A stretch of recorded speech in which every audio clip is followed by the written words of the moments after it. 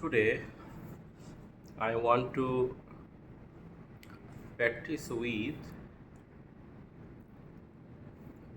M2 is 2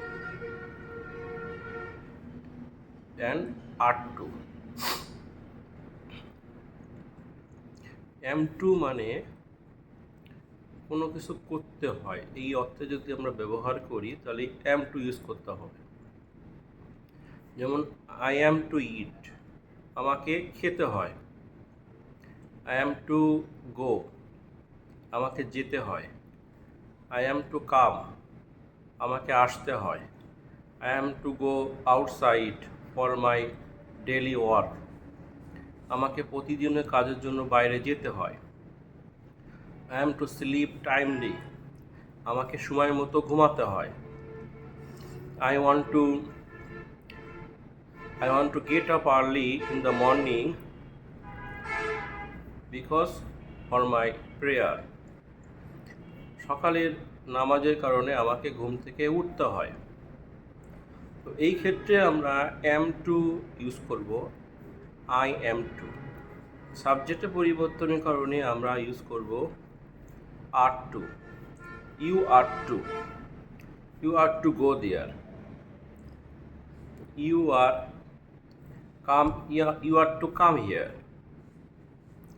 you are to sleep, তোমাকে ঘুমাতে হয়। You are to go, তোমাকে যেতে হয়। You are to do the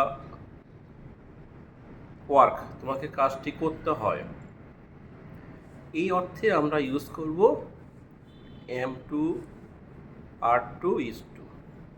আর আমরা যদি is to দিয়ে ব্যবহারটা শিখি তাহলে হবে he is to go, তাকে যেতে হয়। He is to come, তাকে আসতে হয়। He is to sleep timely, তাকে সময় মতো ঘুমাতে হয়। He used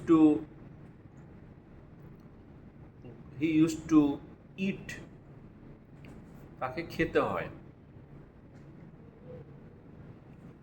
এইভাবে আমরা ইউজ করতে পারি। তো আমরা we learn how to use am2, is to, are2। Same আমরা যদি হ্যাভ টু ইউজ করি সেক্ষেত্রে আমাদের করতে হবে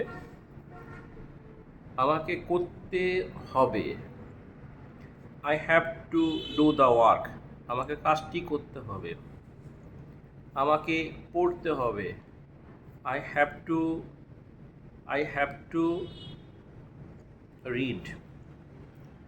আমাকে ঘুমাতে হবে, I have to sleep। আমাকে এখন বাইরে যেতে হবে, I have to go outside। আমরা এইভাবে হ্যাভ টু ইউজ করতে পারি। তোমাকে কাজটি করতে হবে সময় মতো, you have to do the work right timely. তোমাকে ঠিকমতো পড়াশুনো করতে হবে, you have to study properly. এইভাবে আমরা কি করতে পারি, হ্যাভ টু ইউজটা করতে পারি। তো মনে রাখতে হবে কোনো কিছু সত্য যদি যুক্ত থাকে তাহলে হ্যাভ টু ইউজ করতে হবে। যে আমাকে এখন খেতে হবে, I have to eat because I have to go outside now।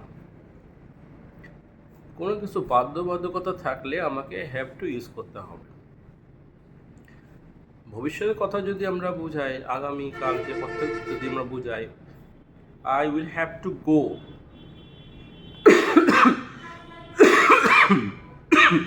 I will have to go, আমাকে আগামীকাল বাইরে যেতে হবে।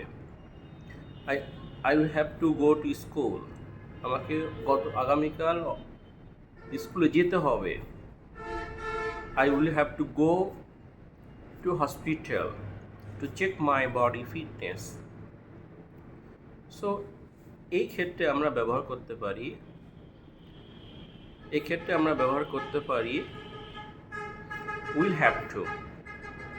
Thank you for watching my video.